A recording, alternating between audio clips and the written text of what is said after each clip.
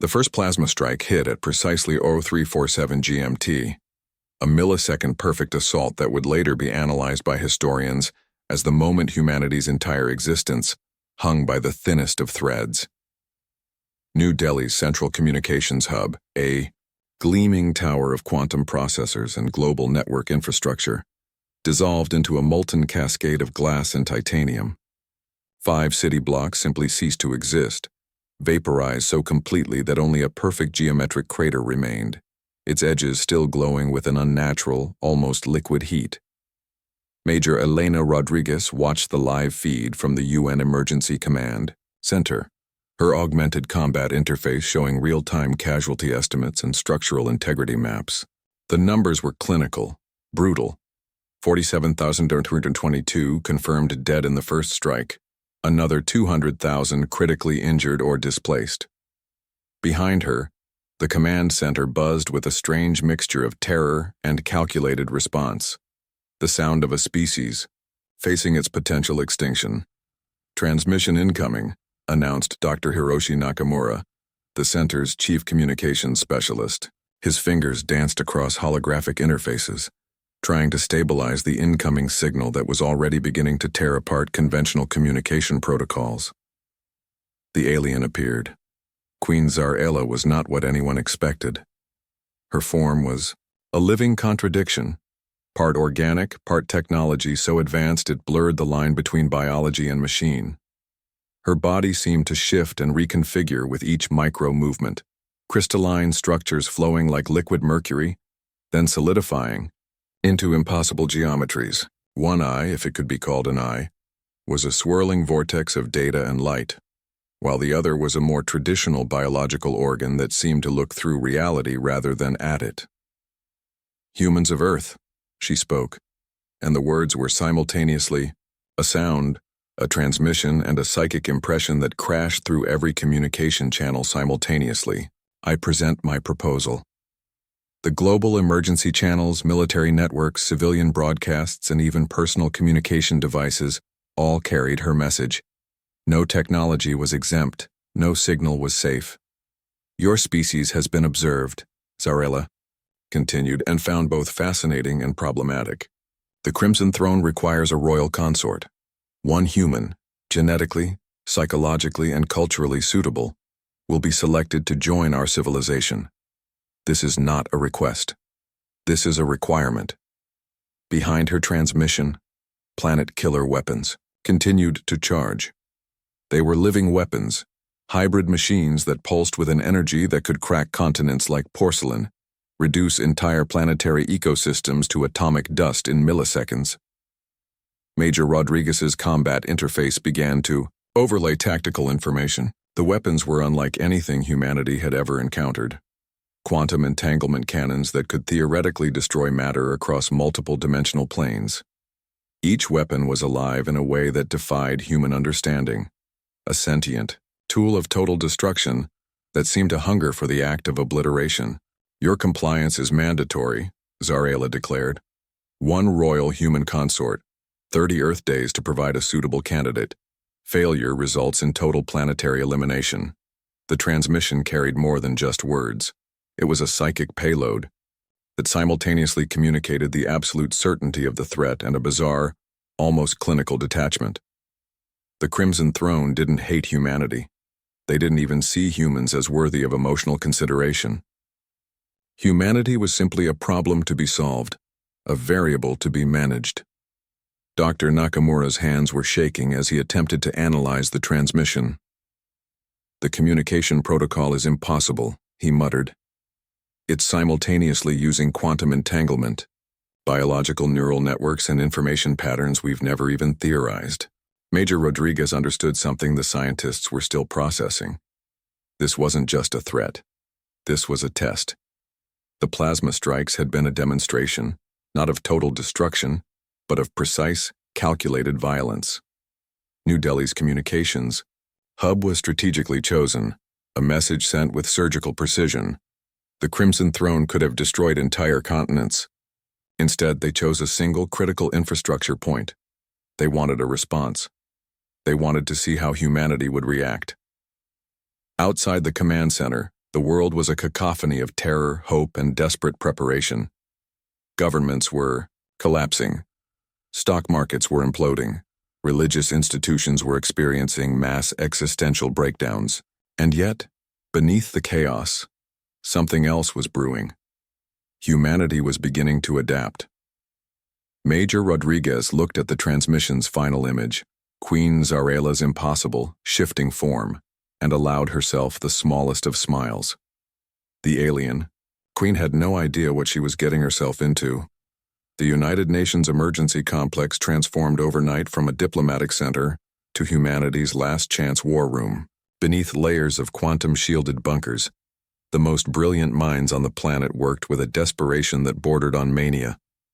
Dr. Kai Chen stood at the center of a holographic storm, his fingers dancing through three-dimensional genetic maps that looked more like abstract art than biological data.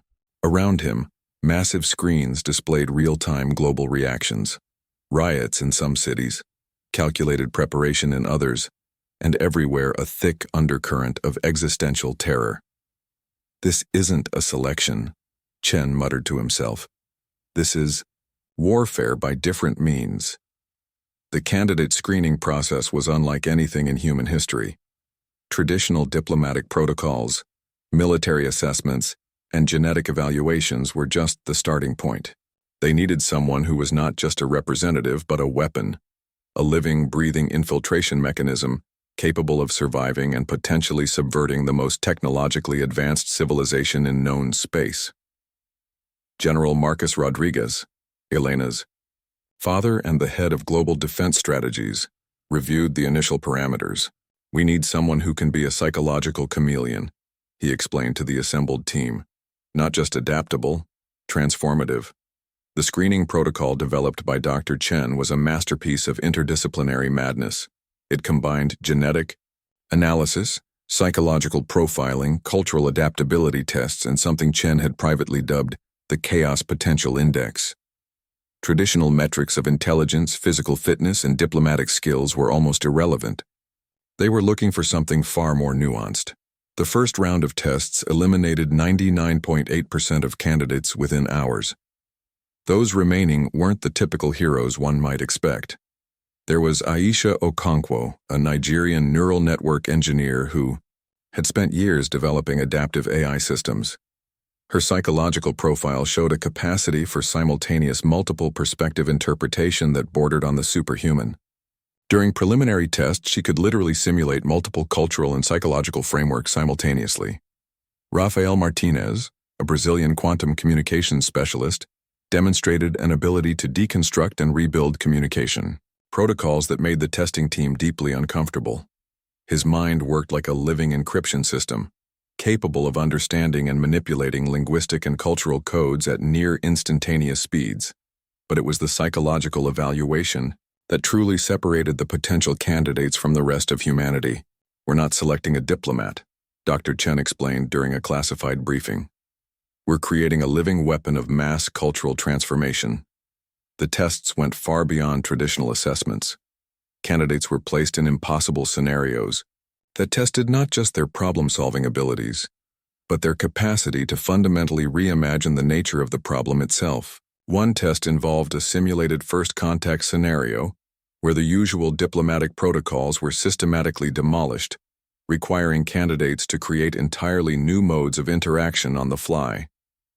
Aisha's test response was particularly telling. When presented with an alien communication protocol that seemed deliberately designed to be incomprehensible, she didn't try to decode it. Instead, she began to generate her own parallel communication system, essentially creating a new linguistic framework that could interface with the impossible alien language. Raphael's approach was equally revolutionary. Confronted with a scenario that appeared to have no logical solution, he began to treat the entire problem as a quantum communication challenge, breaking down the very assumptions that made the scenario seem unsolvable. But the real breakthrough came from an unexpected source. Dr. Chen discovered something profound about human genetic structure that the Crimson Throne's researchers had completely missed. Human DNA wasn't just a static blueprint. It was a living reactive system capable of near-instantaneous adaptive modifications. "They think they're selecting a consort," Chen told General Rodriguez with a slightly manic gleam in his eye. "But we're going to give them something far more dangerous." The final candidate selection wasn't just about finding the perfect individual. It was about identifying a living vector of human potential, someone who could turn an impossible diplomatic nightmare into humanity's greatest opportunity for transformation. As the final candidates were prepared for the most critical selection process in human history, one thing became clear. This was no longer just about survival. This was about proving humanity's fundamental capacity for evolution. The Crimson Throne wanted a consort. Humanity was preparing to send them a revolution.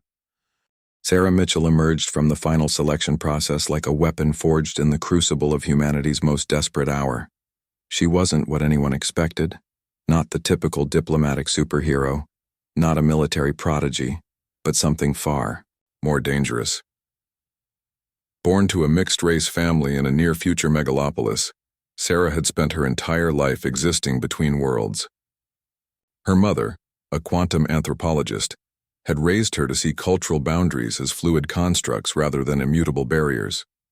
Her father, a diplomatic crisis negotiator, had taught her that every interaction was a complex dance of psychology, intention, and unspoken potential. The final selection test had been nothing short of brutal. Locked in a quantum-shielded simulation chamber, Sarah faced a series of scenarios that would have broken lesser candidates. The first challenge involved a communication scenario with an alien intelligence so fundamentally different from human perception that most test subjects went catatonic within minutes. Sarah did something unexpected. Instead of attempting to understand the alien communication, she began to generate her own parallel communication system. Her neural implants, cutting-edge biotech developed by Dr. Kai Chen's team, began to pulse with an adaptive algorithm that was part linguistic deconstruction, part psychological warfare. "We're not just preparing a diplomat," Dr. Chen had told the selection committee. "We're creating a living infiltration mechanism." Sarah's psychological profile was a masterpiece of human complexity. Traditional metrics of intelligence, emotional stability, and cultural adaptability failed to capture her true potential. She didn't just understand multiple perspectives. She could simultaneously inhabit them, her mind a living kaleidoscope of potential interpretations. The Crimson Throne's initial psychological profiles, intercepted by human intelligence, revealed their fundamental misunderstanding. They saw the consort selection as a purely genetic and diplomatic transaction. They had no concept of the psychological depth they were about to encounter. During one of the final simulations, Sarah encountered a communication protocol so alien that it would have driven a normal human mind to complete psychological fracture. Most candidates would have either shut down or attempted to force human logic onto the incomprehensible system. Sarah did something entirely different. She began to dance. Not a physical dance, but a mental choreography of linguistic and psychological adaptation. Her neural implants captured the alien communication pattern, began to break it down, and simultaneously constructed a responsive framework that was neither human nor alien, but something entirely new. Dr. Chen watched the simulation results with a mixture of scientific excitement and primal terror. "She's not just interpreting," he muttered to General Rodriguez. "She's transforming the entire communication paradigm." The weapon they were preparing wasn't just a diplomatic envoy. She was a living, breathing system of cultural transformation. Sarah's genetic profile showed modifications that defied conventional understanding. Where most genetic engineering focused on specific traits or disease prevention, her DNA was a living, reactive system. Engineered by Dr. Chen's team, her genetic structure could adapt in real time, reconfiguring itself in response to environmental and psychological stimuli. "The Crimson Throne thinks they're getting a consort," Sarah said during her final briefing. Her voice was calm, almost bored. "I'm going to give them a cultural revolution." The preparations went beyond typical diplomatic training. Sarah underwent a series of psychological and biological modifications that pushed the boundaries of human potential. Quantum neural interfaces allowed her to process information at speeds that would have been impossible just a decade earlier. Genetic modifications gave her a level of physiological adaptability that bordered on the superhuman. But her true weapon was something far more subtle. Emotional intelligence, where the Crimson Throne saw diplomatic interactions as a series of logical transactions. Sarah understood that true communication was a complex dance of unspoken intentions, cultural nuances, and psychological landscapes. Her final psychological evaluation wasn't just a test. It was a demonstration of human potential. Confronted with a simulation of first contact that would have broken any conventional diplomatic approach, Sarah didn't just survive. She transformed the entire interaction into something the simulation designers had never anticipated.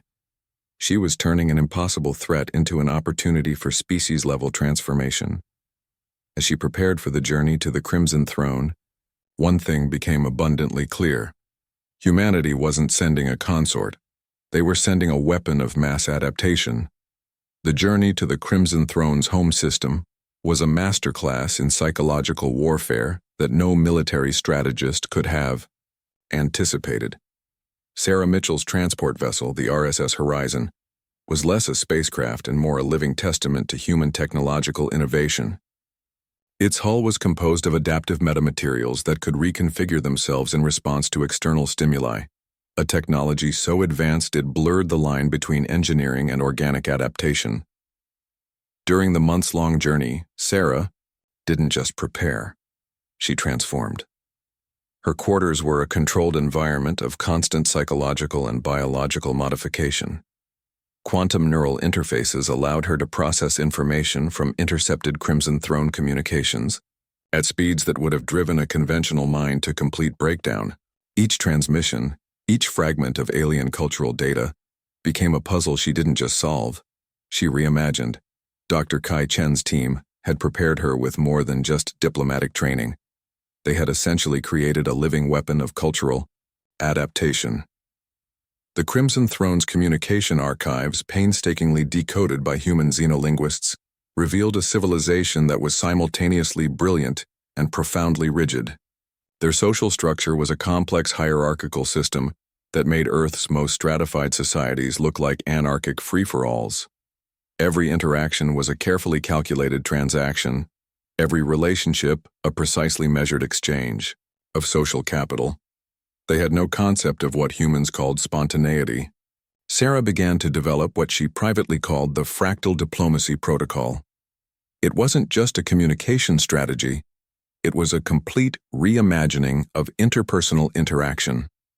Where the Crimson Throne saw communication as a series of logical transactions, she was preparing to introduce the concept of emotional complexity as a form of strategic advantage. Her genetic modifications went far beyond traditional enhancement. The team had essentially turned her into a living research instrument. Her DNA was a reactive system that could modify itself in real time, capturing and processing cultural information at a cellular level. Each new piece of information about the Crimson Throne didn't just inform her, it literally became part of her biological infrastructure. The ship's quantum communication array intercepted and decoded hundreds of Crimson Throne transmissions daily. Most would have appeared as incomprehensible, noise to a conventional human mind. To Sarah, they were a living language, each transmission a complex dance of intention, hierarchy, and unspoken cultural assumptions. Major Elena Rodriguez oversaw the final psychological preparations. The military strategist understood something fundamental. They weren't just sending a diplomat, they were sending a living vector of human potential. The Crimson Throne thinks they're getting a genetic transaction, Rodriguez told Sarah during a final briefing. They have no idea what's coming. The psychological preparation was brutal. Simulation after simulation pushed Sarah to the absolute limits of human cognitive flexibility. She learned to simultaneously inhabit multiple cultural and psychological frameworks, her mind a living kaleidoscope of potential interpretations. One particular training scenario stood out. Presented with an alien communication protocol so complex it would have driven a normal human mind to complete psychological fracture, Sarah did something entirely unexpected. She began to play. Not a conventional game, but a complex, psychological dance that transformed the entire communication paradigm. Her neural interfaces captured the alien communication pattern, broke it down, and simultaneously constructed a responsive framework that was neither human nor alien, but something entirely new. The final psychological assessment wasn't just a test. It was a demonstration of human potential that left even Dr. Chen speechless. "We're not just preparing for first contact," Sarah said during her final psychological evaluation. Her voice was calm, almost bored. "We're preparing to fundamentally reshape the concept of interspecies communication." As the RSS Horizon approached the Crimson Throne's home system, something fundamental was becoming clear. This wasn't just a diplomatic mission. This was a species-level intervention. The quantum communications array began to pulse with a message that was simultaneously a greeting, a challenge, and a complete reimagining of diplomatic protocol. The Crimson Throne was about to encounter something they had never anticipated. Humanity wasn't just sending a consort, they were sending a revolution. The moment Sarah Mitchell's transport vessel pierced the quantum-shielded perimeter of the Crimson Throne's home system, reality itself seemed to bend. Dr. Kai Chen's genetic modifications weren't just an enhancement. They were a complete reimagining of human biological potential. Sarah's DNA had become something entirely new, a living, reactive system that was part biological infrastructure, part adaptive communication network. The first scans by Crimson Throne Medical Systems produced results that sent their top xenobiologists into a state of complete existential confusion. Her genetic structure was impossible, where most species had rigid genetic markers, predetermined evolutionary pathways. Sarah's DNA was a living algorithm. It didn't just adapt, it anticipated. Each cellular structure was a quantum computer, processing environmental information at speeds that defied conventional understanding of biology. The medical examination became a battlefield of scientific paradigms. Crimson Throne researchers had developed scanning technologies that could decrypt the genetic structure of thousands of species. They had cataloged civilizations, mapped entire evolutionary trajectories, reduced biological complexity to mathematical models. Sarah Mitchell broke every single one of their models. Her first interaction with the Crimson Throne's chief medical researcher, Vexara, a being whose body was a living fusion of organic technology and quantum computing, was nothing short of a scientific apocalypse. "Your genetic structure," Vexara said, their voice a complex modulation that was simultaneously speech, data transmission, and emotional impression, "is a violation of fundamental biological principles." Sarah smiled. That was exactly the point. The genetic modifications developed by Dr. Chen's team were a masterpiece of interdisciplinary innovation. They had essentially turned human DNA into a living communication system. Each of Sarah's cells was a quantum entanglement point, capable of processing and responding to environmental information at speeds that made conventional neural networks look like primitive calculating machines. The medical examination room was a marvel of alien technology. Walls that were simultaneously sensors, communication devices, and adaptive environmental systems. Scanning equipment that could decode genetic structures with molecular-level precision. And yet, they couldn't fully comprehend what they were seeing. Sarah's DNA was changing in real time. Not random mutations, but deliberate, calculated adaptations. Each scan produced different results as if her genetic structure was actively playing with the very concept of biological observation. Vexara's preliminary report was a masterpiece of scientific bewilderment. Subject demonstrates genetic plasticity beyond known evolutionary mechanisms. Cellular structures function as adaptive quantum communication networks. Genetic code appears to be simultaneously a biological blueprint and a living computational system. But the truly revolutionary aspect was something the Crimson Throne researchers completely missed. Sarah's genetic modifications weren't just about survival or adaptation. They were a complete reimagining of biological potential. Her cells could generate their own communication protocols. Where the Crimson Throne saw genetics as a fixed system of inheritance and mutation, Sarah's DNA was a living language.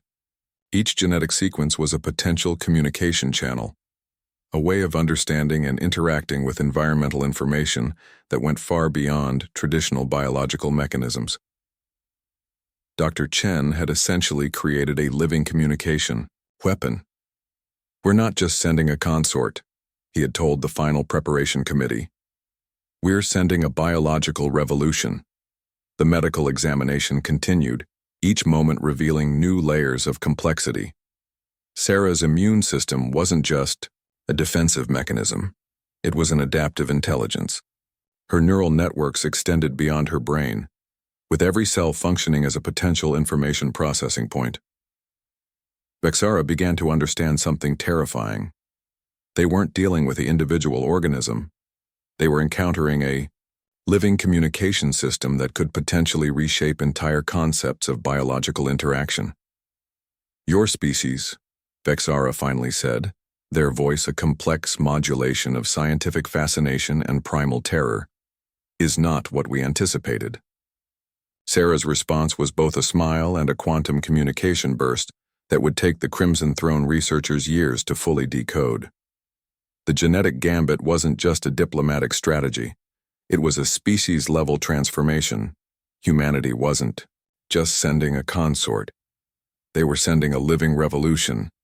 The royal chambers of the Crimson Throne were a masterpiece of living architecture, walls that breathed with quantum computational energy, surfaces that shifted between solid matter and pure information. Generations of royal protocols had been carefully constructed to maintain an absolute hierarchy, a system so rigid that even the slightest deviation was considered a fundamental cultural violation. Sarah Mitchell entered like a quantum disruption. Queen Zarela's initial reception was meant to be a demonstration of absolute power. The royal chambers were designed to psychologically crush any potential diplomatic challenge. Holographic displays traced the entire genetic and cultural history of potential consorts who had failed, their broken forms a warning to those who would challenge the Crimson Throne's absolute authority. But Sarah didn't see a threat. She saw an opportunity. Her first act was so unexpected that it momentarily froze the entire royal court. Instead of the prescribed diplomatic greeting, a complex series of quantum-encoded gestures that had been the standard for millennia, she laughed. Not a calculated diplomatic chuckle. A genuine, full-bodied laugh that was simultaneously a greeting, a challenge and a complete deconstruction of every social protocol in the room. The royal advisors went into immediate psychological lockdown. Their neural interfaces, sophisticated communication systems that typically maintained absolute emotional control, began to malfunction. Sarah's laugh wasn't just a sound. It was a complex psychological payload that bypassed every defensive protocol. "Your entire system," Sarah said, her voice a modulation that was part speech, part quantum communication burst, "is fundamentally broken." Queen Zarela's response was instantaneous. Quantum defensive systems activated, creating a psychic barrier that had crushed thousands of diplomatic challenges throughout the Crimson Throne's history. It was a communication defense mechanism so advanced that it could literally parse and neutralize psychological threats at the neurological level. Sarah walked right through it, not physically. The barrier was a complex quantum interference pattern that could disintegrate matter.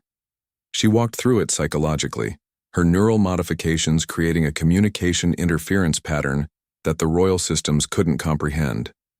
The royal advisors watched in horror, where they expected submission. They encountered a complete reimagining of diplomatic interaction. Sarah wasn't just challenging their protocols, she was demonstrating that their entire concept of social interaction was fundamentally limited. Her genetic modifications allowed her to simultaneously inhabit multiple psychological states. While engaging with Queen Zarela, she was running complex cultural analysis, generating potential communication strategies, and essentially treating the entire diplomatic encounter as a living research experiment. "You've cataloged thousands of species," Sarah said, her voice a complex modulation that was simultaneously a statement, a challenge, and a quantum communication burst. but you've never actually understood them. The royal chambers began to react. Living architectural systems that typically maintained absolute control started to change. Walls that had been rigid quantum computational matrices began to show signs of unexpected plasticity. Information flows that had been carefully controlled for millennia started to develop unexpected patterns. Queen Zarela realized something terrifying. The human wasn't just a potential consort.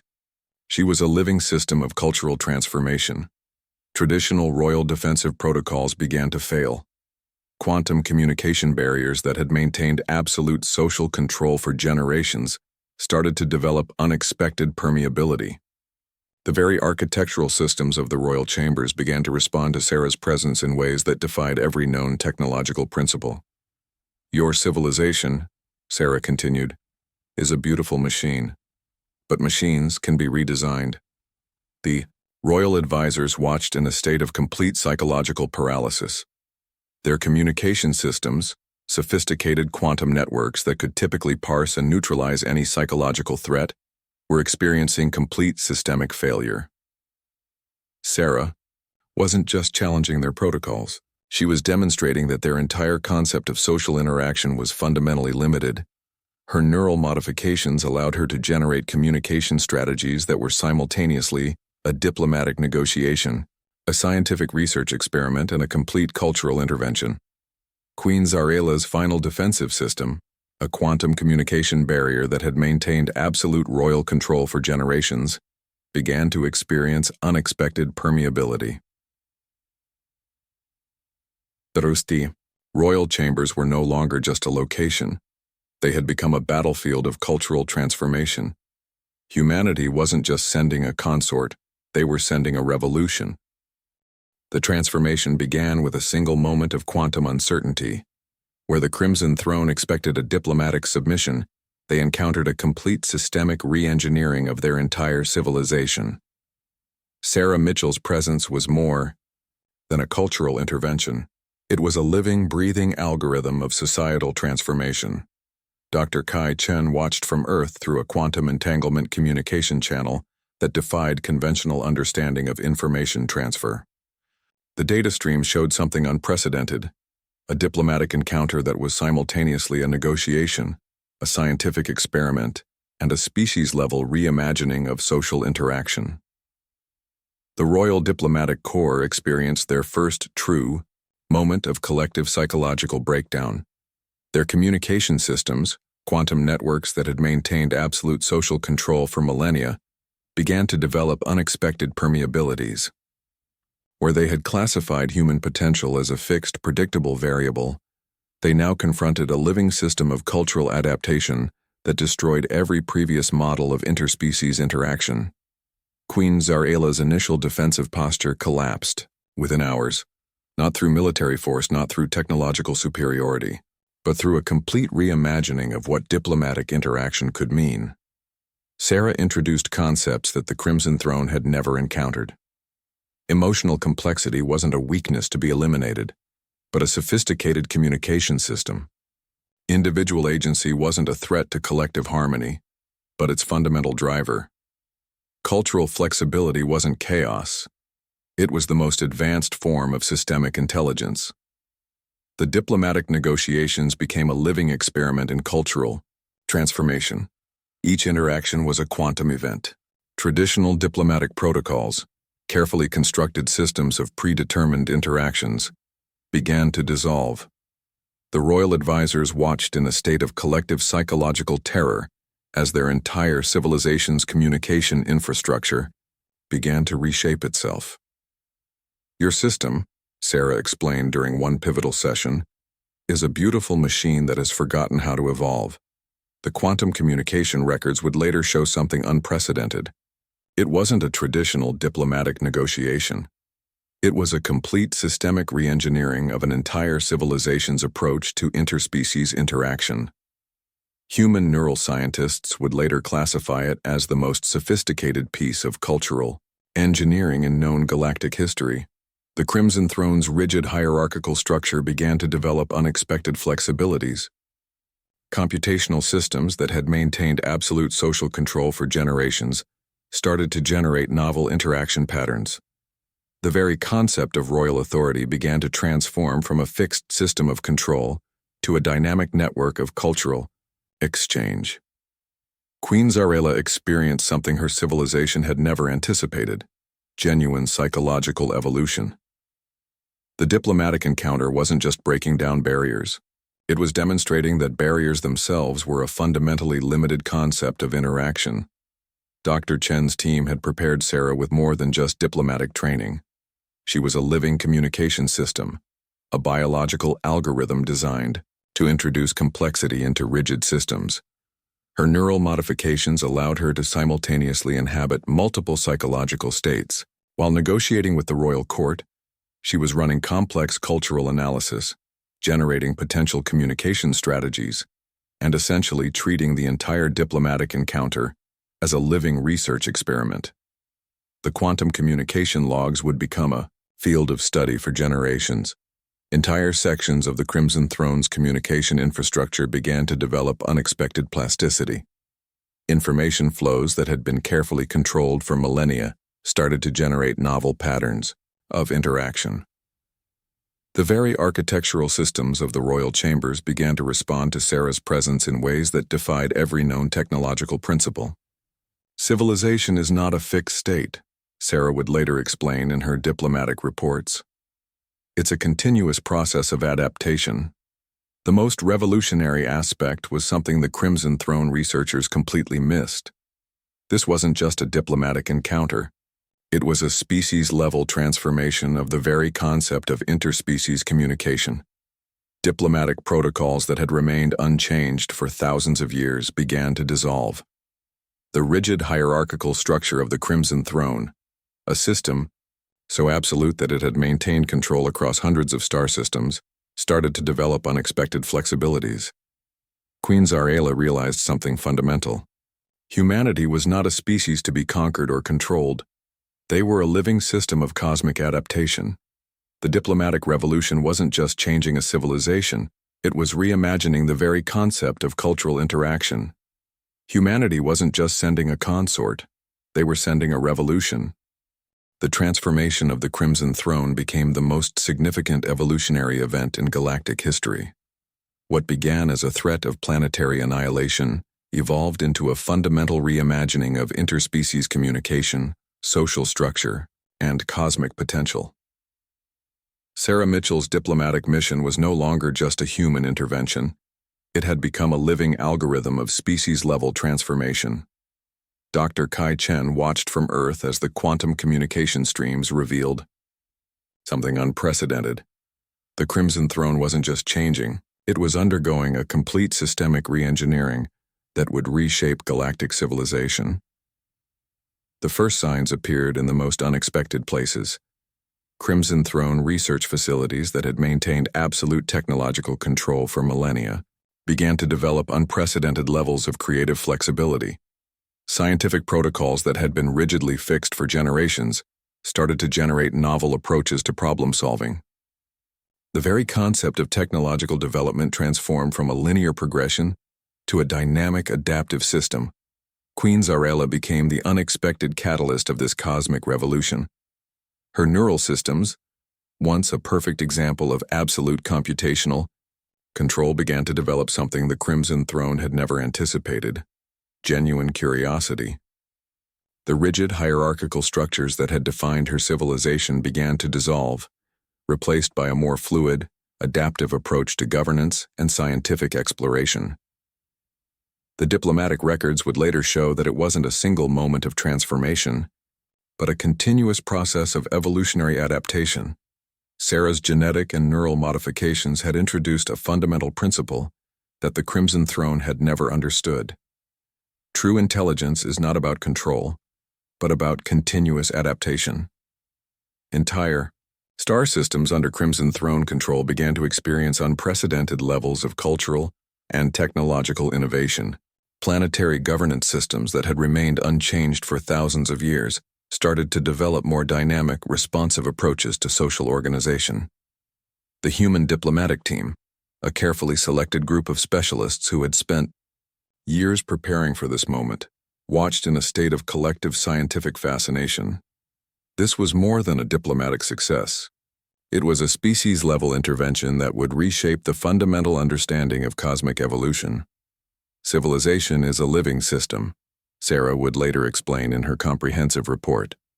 Not a fixed state, but a continuous process of adaptation and discovery. The quantum communication logs became a field of study that would occupy galactic researchers for generations. Each transmission was a complex dance of information, cultural exchange, and systemic transformation. The rigid boundaries between species began to dissolve, replaced by a more fluid understanding of cosmic potential. Dr. Chen's team had prepared for multiple scenarios, but this complete systemic transformation exceeded even their most optimistic projections. The Crimson Throne's military systems experienced the most profound change. Defensive protocols that had been absolute for millennia began to develop unexpected levels of flexibility. The very concept of conflict transformation from a model of conquest to a model of collaborative problem-solving. Planetary defense systems that had been designed for absolute control began to generate novel approaches to interspecies cooperation. The quantum weapon networks, once a tool of absolute destruction, started to develop communication protocols that prioritized collaborative problem-solving. Queen Zarela's personal transformation became a symbol of this cosmic revolution, where she had once been the absolute embodiment of her civilization's rigid control. She now became a living example of continuous adaptation. Her neural systems developed levels of emotional and intellectual complexity that would have been impossible under the previous rigid social structure. The human diplomatic mission had done something unprecedented. They had introduced a virus of potential, a living communication system that transformed rigid structures from within. Galactic research institutions would spend generations studying this intervention. How could a single diplomatic mission fundamentally reshape an entire civilization's approach to existence? The answer was both simple and profound. Humanity had introduced the concept of potential as a fundamental principle of cosmic evolution. Where other species saw fixed states, humans saw continuous adaptation. Where other civilizations sought control, humans embraced complexity. Where other cultures saw boundaries, humans saw opportunities for transformation. The quantum communication streams continued to pulse with an energy of continuous discovery. Each transmission was a living testament to the power of adaptive intelligence. The threat of planetary destruction had transformed into something far more profound. A new cosmic order was emerging. Humanity wasn't just surviving, they were reimagining the very concept of civilization.